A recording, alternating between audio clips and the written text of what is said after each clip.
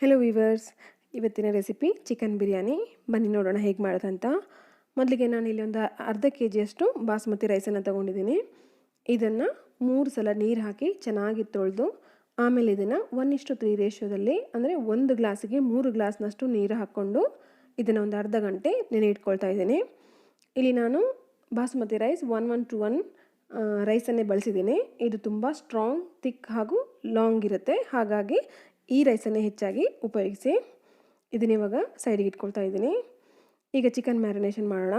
ಇದಕ್ಕೆ ನಾನು 1 kg ಹಾಗೆಯೇ 1 ಕಪ್ ಮೊಸರನ್ನು ಕೂಡ ಬೀಟ್ ಮಾಡಿಕೊಂಡು ಹಾಕ್ಕೊಂಡಿದ್ದೀನಿ. ಇದಕ್ಕೆ 1ರಿಂದ 2 ಟೀ ಸ್ಪೂನ್ನಷ್ಟು ಉಪ್ಪನ್ನು ಹಾಕ್ಕೊಂಡಿದ್ದೀನಿ.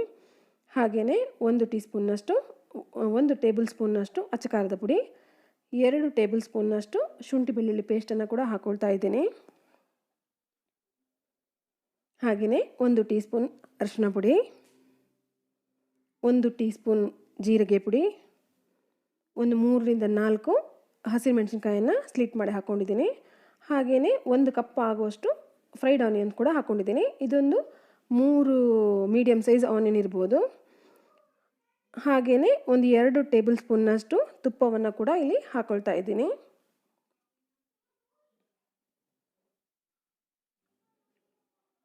ಹಾಗೆಯೇ ಒಂದು ಅರ್ಧ ಕಪ್ನಷ್ಟು ಪುದೀನ ಸೊಪ್ಪು, ಒಂದು 3/4 ಕಪ್ನಷ್ಟು ಕೊತ್ತಂಬರಿ ಸೊಪ್ಪನ್ನು ಕೂಡ ಹಾಕ್ಕೊಂಡಿದ್ದೀನಿ. ಹಾಗೆಯೇ 1 ಟೇಬಲ್ ಸ್ಪೂನಷ್ಟು ಲಿಂಬೆಹಣ್ಣಿನ ರಸವನ್ನು ಕೂಡ ಹಾಕ್ಕೊಂಡಿದ್ದೀನಿ. 2 ಟೇಬಲ್ ಸ್ಪೂನಷ್ಟು ದ್ರಾಕ್ಷಿಯನ್ನು ಕೂಡ ಕಟ್ ಮಾಡಿ ಹಾಕ್ಕೊಂಡಿದ್ದೀನಿ. ಹಾಗೆಯೇ 1 ಟೀ ಸ್ಪೂನಷ್ಟು ಬಿರಿಯಾನಿ ಪೌಡ್ರನ್ನು ಕೂಡ ಹಾಕ್ಕೊಂಡಿದ್ದೀನಿ. ಹಾಗೆ ಒಂದು 4ರಿಂದ 5 ಏಲಕ್ಕಿಯನ್ನು ಗುದ್ದಿ ಪುಡಿ ಮಾಡಿ ಹಾಕ್ಕೊಂಡಿದ್ದೀನಿ. ಇಲ್ಲಿ 3 ಚಿಟಿಕೆಯಷ್ಟು ನಟ್ಮೆಗ್ ಜಾಯಿಕಾಯಿ ಪುಡಿಯನ್ನು ಕೂಡ ಹಾಕ್ಕೊಳ್ತಾ ಇದ್ದೀನಿ. ಇದನ್ನೆಲ್ಲವನ್ನು ಚೆನ್ನಾಗಿ ಮಿಕ್ಸ್ ಮಾಡಿ ಒಂದು 15ರಿಂದ 20 ನಿಮಿಷ ಅಂದರೆ ನಮ್ಮ ರೈಸ್ ಕುಕ್ ಆಗೋವರೆಗೆ ಇದನ್ನು ಸೈಡ್ ಇಟ್ಕೊಂಡ್ಬಿಡೋಣ. ಸ್ನೇಹಿತರೆ, ನಾನಿಲ್ಲಿ 1 kg ಚಿಕನ್ಗೆ ಅರ್ಧ kg ರೈಸನ್ನು ಉಪಯೋಗಿಸ್ತಾ ಇದ್ದೀನಿ. 1:1 ರೇಷಿಯೋದಲ್ಲಿ ಅಕ್ಕಿ ಮತ್ತು ಚಿಕನನ್ನು ಹಾಕಿದರೆ ಅಷ್ಟು ಫ್ಲೇವರ್ಫುಲ್ ಆಗಿರೋದಿಲ್ಲ. ಹಾಗಾಗಿ ಅರ್ಧ kg ಇಲ್ಲಾಂದರೆ ಅಪ್ ಟು 3/4 kgವರೆಗೆ ಇಲ್ಲಿ ರೈಸನ್ನು ಹಾಕ್ಕೊಳ್ಬೋದು. ಈ ಚಿಕನ್ ಮ್ಯಾರಿನೇಷನ್ಗೆ ಹಾಕಿರುವಂತಹ ಬಿರಿಯಾನಿ ಮಸಾಲ ಪೌಡ್ರ್ ಮನೆಯಲ್ಲೇ ಮಾಡಿರುವಂಥದ್ದು. ಅದನ್ನು ಎಷ್ಟೆಷ್ಟು ಪ್ರಮಾಣದಲ್ಲಿ ನಾನು ಗರಂ ಮಸಾಲೆ ಎಲ್ಲ ಹಾಕಿ ಮಾಡಿದ್ದೀನಿ ಅಂತ ಡಿಸ್ಕ್ರಿಪ್ಷನ್ ಬಾಕ್ಸ್ನಲ್ಲಿ ಬರೆದಿದ್ದೀನಿ. ಅದನ್ನು ಒಂದ್ಸಲ ಚೆಕ್ ಮಾಡ್ಕೊಳ್ಳಿ. ಈ ಕಡೆ ನೀರನ್ನು ಕೂಡ ಇಟ್ಕೊಂಡಿದ್ದೀನಿ ರೈಸ್ ಬೇಯಿಸಲಿಕ್ಕೆ. ಇದಕ್ಕೆ 1 ಟೀ ಸ್ಪೂನ್ ಜೀರಿಗೆ ಹಾಗೂ ಒಂದು 3 ಹಸಿಮೆಣಸಿನ್ಕಾಯಿ, 2 ಪುಲಾವ್ ಎಲೆ, ಹಾಗೆ ಒಂದು 3 ಏಲಕ್ಕಿ, ಹಸಿರು ಏಲಕ್ಕಿ, ಒಂದು 7ರಿಂದ 8 ಲವಂಗ, 1 ಕಪ್ಪು ಏಲಕ್ಕಿ, ಹಾಗೆ ಒಂದು 2 ಟೇಬಲ್ ಸ್ಪೂನ್ನಷ್ಟು ಕೊತ್ತಂಬರಿ ಸೊಪ್ಪು, 2 ಟೇಬಲ್ ಸ್ಪೂನ್ನಷ್ಟು ಪುದೀನ ಸೊಪ್ಪು, ಹಾಗೆ 1ರಿಂದ 2 ಟೇಬಲ್ ಸ್ಪೂನ್ನಷ್ಟು ಫ್ರೈಡ್ ಆನಿಯನ್ ಕೂಡ ಹಾಕ್ಕೊಂಡಿದ್ದೀನಿ. 2 ಇಂಚು ಚಕ್ಕೆಯನ್ನು ಹಾಕ್ಕೊಂಡಿದ್ದೀನಿ. ಮತ್ತು ಇಲ್ಲಿ 2ರಿಂದ 3 ಟೇಬಲ್ ಸ್ಪೂನ್ನಷ್ಟು ಉಪ್ಪನ್ನು ಕೂಡ ಸೇರಿಸ್ಕೊಳ್ತಾ ಇದ್ದೀನಿ. ಹಾಗೆ 1 ಟೀ ಸ್ಪೂನ್ನಷ್ಟು ಎಣ್ಣೆಯನ್ನು ಕೂಡ ಹಾಕಿ ಈ ನೀರನ್ನು ಒಂದು 2 ನಿಮಿಷ ಚೆನ್ನಾಗಿ ಕುದಿಸ್ಬೇಕು. ಅದಾದ ನಂತರ ನಾವು ನೆನೆಸಿರುವಂಥ ಅಕ್ಕಿಯನ್ನು ಇದಕ್ಕೆ ಸೇರಿಸ್ಕೊಳ್ತಾ ಇದ್ದೀನಿ. ಇದನ್ನೊಂದ್ಸಲ ಚೆನ್ನಾಗಿ ಮಿಕ್ಸ್ ಮಾಡಿ ಹೈ ಫ್ಲೇಮಲ್ಲಿ 80% ರೈಸ್ ಕುಕ್ ಆಗಬೇಕು. ಅಲ್ಲಿವರೆಗೆ ಇದನ್ನು ಕುದಿಸಿ ಗ್ಯಾಸನ್ನು ಆಫ್ ಮಾಡಿ ಇದನ್ನು ಸೋಸಿಟ್ಕೊಂಡ್ಬಿಡೋಣ. ಇಲ್ಲಿ 1:1 ಬಾಸುಮತಿ ರೈಸ್ ಉಪಯೋಗಿಸಿ ಅಲ್ಲಿ 7ರಿಂದ 8 ನಿಮಿಷ ಇದು 80% ಕುಕ್ ಆಗಲಿಕ್ಕೆ ಟೈಮನ್ನು ತೊಗೊಳ್ಬಹುದು. ಈ ರೈಸನ್ನು ಬೇಯಿಸ್ಕೊಳ್ಬೇಕಾದ್ರೆ 1:4 ರೇಷಿಯೋದಲ್ಲಿ ನೀರು ಇಟ್ಕೊಳ್ಳಿ. ಅಂದರೆ 1 ಗ್ಲಾಸ್ ಅಕ್ಕಿಗೆ 4 ಗ್ಲಾಸ್ನಷ್ಟು ನೀರನ್ನು ಇಟ್ಕೊಳ್ಳಿ. ಈ ಕಡೆ ಬಿರಿಯಾನಿಯನ್ನು ಬೇಯಿಸ್ಕೊಳ್ಳಲಿಕ್ಕೆ ಒಂದು ದಪ್ಪ ತಳದ ಅಗಾಲವಾದ ಪಾತ್ರೆಯನ್ನು ತೊಗೊಂಡಿದ್ದೀನಿ. ಇದಕ್ಕೆ 3 ಟೇಬಲ್ ಸ್ಪೂನ್ನಷ್ಟು ಎಣ್ಣೆಯನ್ನು ಹಾಕ್ಕೊಂಡಿದ್ದೀನಿ. ಆ ಎಣ್ಣೆಯಲ್ಲಿ ನಾನು ಈರುಳ್ಳಿಯನ್ನು ಫ್ರೈ ಮಾಡಿ ಉಳಿದಿರುವಂಥ ಎಣ್ಣೆ ಅದು.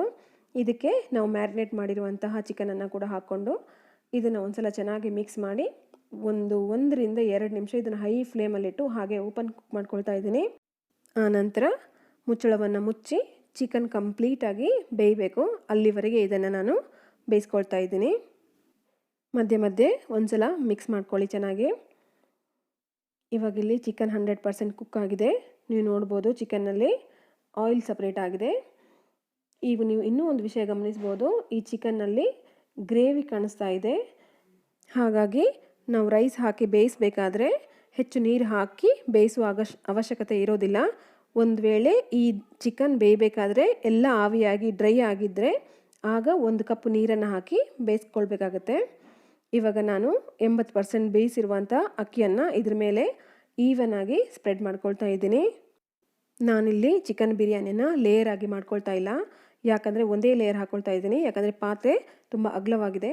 ಒಂದು ವೇಳೆ ಪಾತ್ರೆ ಚಿಕ್ಕದಿತ್ತಂತಂದರೆ ಫಸ್ಟಿಗೆ 1-2 ಚಮಚ ತುಪ್ಪವನ್ನು ಹಾಕ್ಕೊಂಡು 1-2 ಬೌಲ್ನಷ್ಟು ರೈಸ್ ಹಾಕಿ ಅದಾದ ನಂತರ ಅದನ್ನು ಸ್ಪ್ರೆಡ್ ಮಾಡಿ ಅದರ ಮೇಲೆ ನಾವು ಹಾಕ್ಕೊಂಡಿರುವಂಥ ಚಿಕನನ್ನು ಹಾಕಿ ಲೇಯರ್ ಮಾಡಬೇಕಾಗತ್ತೆ.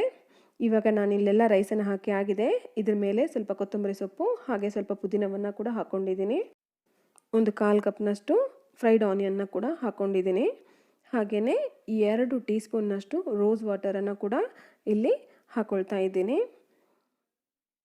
ಇದರ ಜೊತೆಗೇ 2 ಟೀ ಸ್ಪೂನ್ ಆಗುವಷ್ಟು ಕೇವ್ರಾ ವಾಟರನ್ನು ಕೂಡ ಹಾಕ್ಕೊಳ್ತಾ ಇದ್ದೀನಿ. ಎಲ್ಲ ಕಡೆಗೆ ಸ್ಪ್ರೆಡ್ ಆಗುವ ಹಾಗೆ ಹಾಕ್ಕೊಳ್ತಾ ಇದ್ದೀನಿ.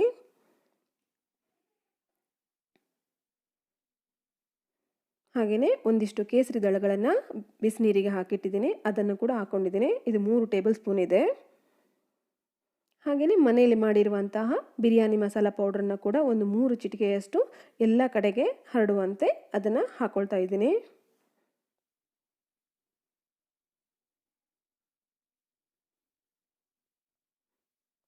ಕೊನೆಯದಾಗಿ 2-3 ಟೇಬಲ್ ಸ್ಪೂನ್ ತುಪ್ಪವನ್ನು ಕರಗಿಸಿಬಿಟ್ಟು ಅದನ್ನು ಕೂಡ ರೈಸ್ ಮೇಲೆ ಹಾಕ್ಕೊಂಡಿದ್ದೀನಿ. ಈಗ ಇದರ ಮೇಲಿನ ಮುಚ್ಚಳವನ್ನು ಮುಚ್ಚಿ ಈ ಹೋಲ್ ಇದೆಯಲ್ಲ, ಈ ಹೋಲನ್ನು ಕೂಡ ನಾವು ಯಾವುದರಿಂದ ಒಂದು ಕಡ್ಡಿಯನ್ನು ಇಟ್ಟು ಅದನ್ನು ಮುಚ್ಚಿ 10-15 ನಿಮಿಷ ಲೋ ಫ್ಲೇಮಲ್ಲಿ ಇದನ್ನು ಬೇಯಿಸ್ಕೊಳ್ತಾ ಇದ್ದೀನಿ. ಇವಾಗ 15 ನಿಮಿಷ ಆಗಿದೆ. ಈಗ ಚಿಕನ್ ಬಿರಿಯಾನಿ ರೆಡಿಯಾಗಿದೆ. ಇದನ್ನು ಇನ್ನಷ್ಟು ಫ್ಲೇವರ್ಫುಲ್ ಮಾಡೋದಕ್ಕೋಸ್ಕರ ಇದಕ್ಕೊಂದು ದಮ್ ಹಾಕೋಣ. ಇಡ್ಲಿ ಇದ್ದರೆ ಅದನ್ನು ಬೆಂಕಿಗಿಟ್ಟು ಕೆಂಡ ಮಾಡಿಕೊಂಡು 1 ಟೀ ಸ್ಪೂನ್ನಷ್ಟು ತುಪ್ಪವನ್ನು ಹಾಕಿ ಅದನ್ನು ಮುಚ್ಚಳ ಮುಚ್ಚಿ 5 ನಿಮಿಷ ಇಟ್ಬಿಡಿ. ಒಳ್ಳೆ ಫ್ಲೇವರ್ ಬರುತ್ತೆ. ನನ್ನ ಹತ್ರ ಚಾರ್ಕೋಲ್ ಇಲ್ಲ, ಹಾಗಾಗಿ ನಾನು ತೆಂಗಿನಕಾಯಿಯ ಜುಟ್ಟನ್ನೇ ಯಾವಾಗಲೂ ಹಾಕಿ ಇದ್ರ ಮೇಲೆ ತುಪ್ಪವನ್ನು ಹಾಕಿ ನಾನು ಮುಚ್ಚಿಡ್ತಾ ಇದ್ದೀನಿ. ಇಡ್ಲಿಯನ್ನು ಉಪಯೋಗಿಸೋದಾದರೆ 1-2 ನಿಮಿಷ ಸಾಕು, ಅದರಲ್ಲಿ ಹೊಗೆ ಜಾಸ್ತಿ ಬರುತ್ತೆ. ಇದರಲ್ಲಿ ಹೊಗೆ ಸ್ವಲ್ಪ ಕಮ್ಮಿ ಬರೋದ್ರಿಂದ 5-6 ನಿಮಿಷ ಇಡಬೇಕಾಗತ್ತೆ. ಈ ಬಿರಿಯಾನಿಯನ್ನು ಇಮಿಡಿಯೇಟ್ ಸರ್ವ್ ಮಾಡಬೇಡಿ. ಮಿನಿಮಮ್ 15-30 ನಿಮಿಷ ಟೈಮ್ ಅದಕ್ಕೆ ರೆಸ್ಟ್ ಕೊಡಿ. ಆಗ ಬಿರಿಯಾನಿಯಲ್ಲಿರುವ ಪ್ರತಿಯೊಂದು ರೈಸ್ಗೂ ಫ್ಲೇವರ್ ಬಂದಿರುತ್ತೆ. ಇವಾಗ ಈ ಚಾರ್ಕೋಲನ್ನು ಬಿಸಾಕ್ಬಿಡೋಣ. ಫ್ಲೇವರ್ಫುಲ್ಲು ಆಗಿರುವಂತಹ ಚಿಕನ್ ದಮ್ ಬಿರಿಯಾನಿ ರೆಡಿಯಾಗಿದೆ. ಈ ಬಿರಿಯಾನಿಯನ್ನು ರಾಯ್ತದ ಜೊತೆಗೆ ಸರ್ವ್ ಮಾಡಿ. ಇವತ್ತಿನ ರೆಸಿಪಿ ನಿಮಗೆ ಇಷ್ಟ ಆಗಿದ್ದಲ್ಲಿ ಒಂದು ಲೈಕ್ ಮಾಡಿ, ಹಾಗೆ ಸಬ್ಸ್ಕ್ರೈಬ್ ಕೂಡ ಮಾಡ್ಕೊಳ್ಳಿ. ನನ್ನ ಹೊಸ ವಿಡಿಯೋದ ನೋಟಿಫಿಕೇಷನ್ ನಿಮಗೆ ಸಿಗುತ್ತೆ ಅಂತ ಹೇಳ್ತಾ, ನಾನು ಪೂರ್ಣಿಮಾ ಶೆಟ್ಟಿ, ಗುಡ್ ಫುಡ್. ಧನ್ಯವಾದಗಳು.